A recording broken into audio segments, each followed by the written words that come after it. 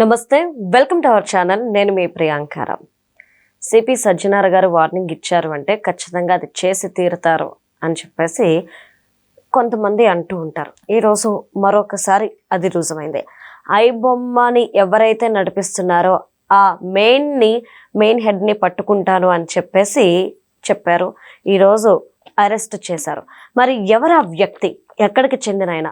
ఐబొమ్మ అనే వెబ్సైట్ ద్వారా ఈ సినిమాల పైరసీ వీడియోస్ ఎలా అప్లోడ్ చేస్తున్నాడు అనే చాలా ప్రశ్నలు ఉన్నాయి. మరి దాని గురించి ఈరోజు డిస్కస్ చేసుకుందాం. మనతో మాట్లాడడానికి సీనియర్ జర్నలిస్ట్ డాక్టర్ దుర్గా వడ్లమానే గారు ఉన్నారు. ఆవిడ తెలుసుకుందాం. నమస్కారం మ్యామ్. ఈరోజు పోలీసులు ఐబొమ్మని నిర్వహిస్తున్న వ్యక్తిని అరెస్ట్ చేసినట్లు వార్త వచ్చింది. సో ఎవరు ఆ వ్యక్తి? ఇమ్మడి రవి. ఓకే. అంటే ఛాలెంజ్లు విసురుతున్నారు ఈ మధ్య కాలంలో. మొన్న పంచ ప్రభాకర్ కూడా ఛాలెంజ్ విసిరారు కదా, దమ్ముంటే పట్టుకోండి, నేను మారువేషంలో వస్తాను. మారువేషంలో రావడం ఎందుకు? భయపడితేనే మారువేషంలో వస్తాను. అంతే. నువ్వు ధైర్యంగా వచ్చి నన్ను అరెస్ట్ చేసుకోండి, నేనేం తప్పు చేశానో చూడండి అంటే అది దమ్ము ఉన్నట్టు. అంతేగాని నేను మారువేషంలో వస్తాను, నన్ను ఎక్కడ పట్టుకుంటారో పట్టుకోండి అంటే మరి నువ్వు భయపడుతున్నావు నాకు. ఖచ్చితంగా ఇవాళ ప్రతివాడు ఎక్కడో కూర్చుని ఆంధ్రప్రదేశ్ పోలీసులను లేకపోతే హైదరాబాద్ పోలీసుల్లో ఛాలెంజ్లు విసిరితే ఎవడు చేతులకు ముడుచుకుని కూర్చోాల. మీరు అన్నట్టుగా సజ్జనార్ లాంటి వాళ్ళతో పెట్టుకుంటే ఎలా ఉంటుందో ఇమ్మడి రవి అరెస్ట్ చెప్తోంది. ఎక్కడో కరేబియన్ సీల అక్కడ సముద్రం దగ్గర కూర్చుని, అంటే ఐలాండ్స్లో ఏమో, అక్కడి నుంచి అతను మొత్తం ఈ ఐబొమ్మలో ఇప్పుడు మీకు థియేటర్లో సినిమా రిలీజ్ అవ్వగానే నెక్స్ట్ మినిట్ అంటే ఒక షో అవగానే అతను దాంట్లో వచ్చేస్తుంది. ఆ తర్వాత ఈ ఓటీటీకి సంబంధించినవి కూడా సర్వర్స్ హ్యాక్ చేసి అతను మొత్తం సర్వర్స్ నుంచి డౌన్లోడ్ చేసేసుకుని అవి కూడా అతని ఐబొమ్మలో ప్రత్యక్షమైంది. అంటే అతను నేను విశ్వామిత్రుని అనుకున్నాడో, ప్రతి సృష్టి చేస్తున్నాను అనుకున్నాడు. ఇది ఇక్కడ ప్రతి సృష్టి ఉంది, నువ్వు ఉన్నదాన్ని సృష్టించిన దాన్ని నువ్వు దొంగతనం చేసావు, అంతే కదా. దీని మీద ఆల్రెడీ ఇందాక మీరు అన్నట్టుగా సినీ పెద్దలందరూ వెళ్ళారు, అది పోలీసులకి ఇన్ఫార్మ్ చేశారు. సో ఇవాళ ముఖ్యంగా దిల్ రాజు గారు కావచ్చు, తర్వాత చిరంజీవి గారు కావచ్చు, నిర్మాతలకు సంబంధించి సురేష్ బాబు గారు, తర్వాత అల్లు అరవింద్ గారు, మొత్తం అందరూ కలిపి. ఎందుకంటే ఇవాళ ఇన్ని కోట్లు పెట్టి ఒక సినిమా తీసి నెక్స్ట్ మినిట్ లో అది ఐబొమ్మలో వస్తుంటే అందరూ డౌన్లోడ్ చేసుకుని చూసేస్తున్నారు. ఎవడు థియేటర్కి రాడు.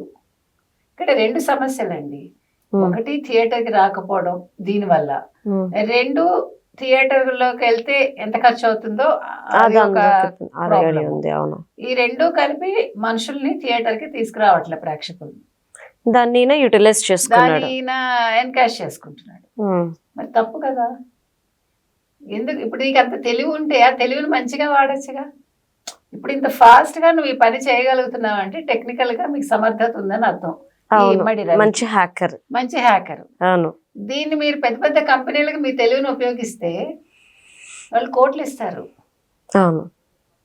ఇప్పుడు ఎక్కువ మంది మీకు తెలుసా సాఫ్ట్వేర్ పిల్లలు మన ఇండియాకి సంబంధించి అమెరికాలో ఉండి వచ్చిన వాళ్ళు, వాటి ఇలాగా యాప్లు తయారు చేసి వాళ్ళు పెద్ద పెద్ద కంపెనీలకి 50 లక్షలకి కోటికి అమ్మేసుకుంటున్నారు. హ్యాపీగా వాళ్ళ జీవితం వాళ్ళు గడుపుకుంటున్నారు.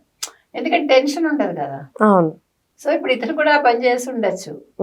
ఎందుకండి తెలివిని ఇలా పక్కదారి పట్టించి వాళ్ళు ఏం బాగుకుంటారు. ఇప్పుడు ఇంకో విషయం, అతనికి విడాకులైంది భార్యతో అంటున్నారు. ఒక్కడు అక్కడ కరేబియన్ ద్వీపంలో ఉంటాడేమో. అంటే మనిషి బుద్ధి కోతి లాంటిది కదా. సో ఖాళీగా ఉంటే తెలివిని పక్కదారి పట్టించాడేమో సుఖంగా ఉండక. అంటే ఒక ఛాలెంజ్ విసిరాడు అంటేనే ఒక రకమైన అది ఒక మానసిక ఆనందం అన్నమాట.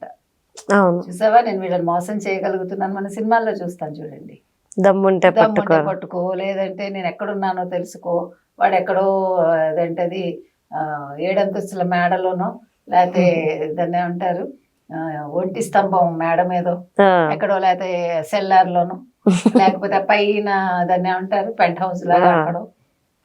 మన సినిమాల్లో చూసేవి అవే కదా. ఒకప్పుడు అన్ని కూడా మాంత్రికుడి ప్రాణాలు చిలకలో ఉన్నట్టుగా వీళ్ళందరూ ఇప్పుడు అలా ఉంటున్నారు. కానీ మేడం, ఒక విధంగా చూసుకుంటే ఐబొమ్మ నిర్వహించడం, హ్యాక్ చేయడం ఇదంతా తప్పు అంటున్నారు. కానీ ఇంకొక వాదన కూడా బయట ఉంది. ఇంతకు ముందు మీరు ప్రస్తావించారు, టికెట్ రేట్స్ పెరిగిపోయినాయి, బయటకు వెళ్ళి చూసే సిచ్యువేషన్ లేదు అని చెప్పి.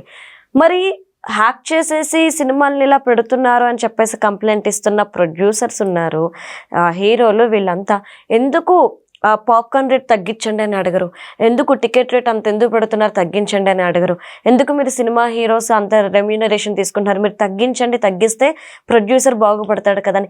ఇలాంటివి వాటి మీద ఎందుకు మేడం వాళ్ళు కంప్లైంట్ చేయరు? చెయ్యాలి. మీరు అన్నట్టుగా ముందు అసలు ఏదో దీనికి అంతటికి మూలం ఎక్కడ అంటే హీరోల్లో ఉంది, హీరోల రెమ్యూనరేషన్ లో ఉంది. మీరు ఎందుకు 2-3 ఏళ్ళకి ఒక సినిమా తీసి 300 కోట్లు తీసుకుని 100 కోట్లు తీసుకుని ఎవడి సొమ్మది తీసుకోకండి. మీరు తక్కువ రెమ్యూనరేషన్ తీసుకోండి, అన్ని సెటరేట్ అయిపోతాయి. మీరు అన్నదానికి ఆన్సర్ అక్కడే ఉంది. ఇప్పుడు ఇవాళ ఐబొమ్మ అతన్ని మీరు అరెస్ట్ చేస్తే చాలా మంది మీరు అన్నట్టుగా ప్రేక్షకులు బాధపడతారు. మీరు చెప్పిన ఈ పాయింట్కి యూత్ అంతా ఇవాళ బాధపడుతుంది, నిజంగా చెప్తున్నా. ఎందుకంటే వాళ్ళు పొద్దు నుంచి రాత్రి వరకు పని చేసుకుంటారు, వాళ్ళకి థియేటర్కి వెళ్ళడానికి టైం ఉండదు. టైం ఉన్నా డబ్బులు ఉండవు కొన్నిసార్లు, ఇది మంత్ ఎండ్ అయిపోతే. అప్పుడు వాళ్ళకి ఐబొమ్మే దిక్కు. అంటే నేను సమర్థించట్లేదు, మనం ప్రాక్టికల్ గా మాట్లాడుకుంటున్నాం. ఇప్పుడు పాప్కార్న్ 300 రూపాయలు, పాప్కార్న్ నేను 300 పెట్టి 10 రూపాయలు ఉండేదాన్ని మార్కెట్ లో, మీరు 300 పెడితే అసలు మీరు ఎందుకు ఐమాక్స్ కడుతున్నారు? నెక్స్ట్ వాటర్ బాటిల్స్ కూడా లోపలికి తీసుకెళ్ళినారు మేడం. మీరు అసలు ఐమాక్స్ ఎందుకు కడుతున్నారు? ప్రతి వాళ్ళకి ఒకప్పుడు థియేటర్స్ అనేవి వేరే వాళ్ళు మెయింటైన్ చేసేవాళ్ళు, హీరోలకు థియేటర్స్ ఉండేవి కాదు, ఎక్కువ శాతం ఉండేవి కాదు, నిర్మాతలకు ఉండేవి కాదు. ఇప్పుడు అన్నీ నేనే, అంతా నాకే వచ్చేయాలి, మొత్తం నాకే వచ్చేయాలి, ఇంకా మిగతా వాళ్ళందరూ అడుగు తినాలా? ఇప్పుడు చూడండి, మీరు చూడండి బాలీవుడ్ హీరోయిన్స్ హీరోలు అన్ని అడ్వర్టైజ్మెంట్స్ వాళ్ళే. అవును, ఇంకా మామూలుగా వీళ్ళందరూ మోడల్స్ ఏమైపోవాలి? దీనికి ఒకటే మార్గం ఏంటంటే ప్రేక్షకులు థియేటర్కి వెళ్ళకూడదు అసలు. ఓకే, ఐబొమ్మ కూడా వద్దయ్యా, మేము అసలు సినిమానే చూడం, మీరు ఎప్పుడు టీవీలో అప్పుడే చూస్తాను అయితే మానేస్తాం అనండి, కుదురుతుంది అప్పుడు అందరికి. నాకేమో 300 కోట్లు వచ్చేయాలి, నేను మనుషులతోటి ఎక్కడా కూడా సంబంధం లేకుండా ఉండాలి, నా ప్రైవసీ నాకు ఉండాలి. ఒకప్పుడు హీరోలు హీరోయిన్స్ ఎంత చక్కగా మాట్లాడేవాళ్ళు రిపోర్టర్స్ తోటి, మేమందరం మాట్లాడిన వాళ్ళమే కదా. పత్రికా ఆఫీసులకు వచ్చేవాళ్ళు హ్యాపీగా, పత్రికా ఆఫీసులకు వచ్చేవాళ్ళు, ఒక రిపోర్టర్కి ఎంత రెస్పెక్ట్ ఇచ్చేవాళ్ళు. ఏది ఇప్పుడు? సరే సోషల్ మీడియా వచ్చింది, సరే అది పక్కకు పెట్టండి, మామూలు మీడియాకి మీరు అందుబాటులో ఉంటున్నారా? కాబట్టి ఇవన్నీ కూడా ఇంటర్లింక్డ్ అండి. ఇవాళ ఐబొమ్మ అతన్ని అరెస్ట్ చేసినంత మాత్రాన్ని ఇమ్మడి రవిని దీనికి ఒక సొల్యూషన్ వస్తుందని నేను అనుకోను. సజ్జనార్ గారు కూడా ఇవన్నీ వాళ్ళతో మాట్లాడాలి, సినిమా పెద్దలతోటి. ఎందుకంటే ఆయన బోల్డ్ మనిషి కాబట్టి ఈజ్ ద రైట్ పర్సన్ అని అడిగితే. ఈవెన్ రేవంత్ రెడ్డి గారు కలగజేసుకుని, ఈవెన్ సినిమాటోగ్రఫీ మంత్రి కలగజేసుకుని, అలాగే అక్కడ చంద్రబాబు నాయుడు గారు, మొత్తం అందరూ సమావేశం అవ్వాలి.